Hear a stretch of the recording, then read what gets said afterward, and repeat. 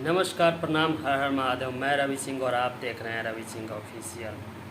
आज हम फिर से एक बार तीसरा एपिसोड ये है खेसारी लाल यादव और ग्लोबल म्यूजिक जंक्शन के बीच में जो अभी एफआईआर का मामला है।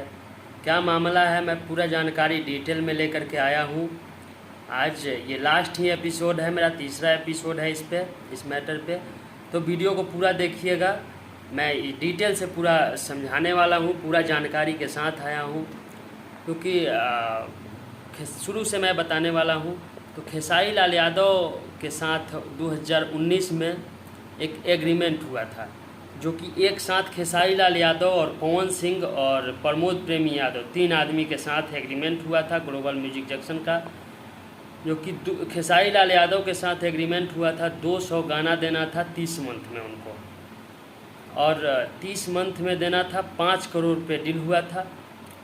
जो कि वो 3 मंथ में टोटल रुपया दे देना था इनको। तो 3 मंथ ये गाना दिए अपना, कुछ 100 से कम ही गाना है, अभी एग्रीमेंट में लिखा भी है, जो कोर्ट से एग्रीमेंट आया है, और 100 से कम ही गाना दिए हैं।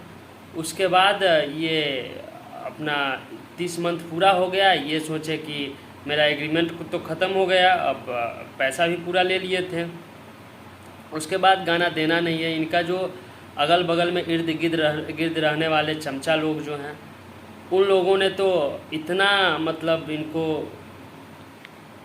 बिजी रखते हैं ना कि क्या बताएं।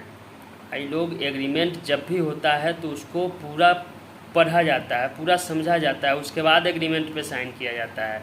इन लोगों ने तो लाइव आकर के बार बार भैया बिजी रहते हैं, हर समय रात में सोते नहीं हैं, इतना काम करते हैं, या करते हैं वाह करते हैं। अरे उतना काम करने का क्या फ़ायदा भाई, ये कोर्ट का चक्कर, जेल का चक्कर काटना पड़े, इतना परेशानी हो, क्या मतलब है इतना मेहनत करने का।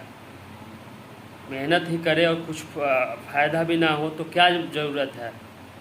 तो इन लोगों ने पढ़े या ना पढ़े, अब इनका ये बोल रहे हैं खेसारी लाल यादव जी, जैसा कि मैं नहीं जान रहा हूँ, मैं टोटल मेरा एग्रीमेंट ख़त्म है।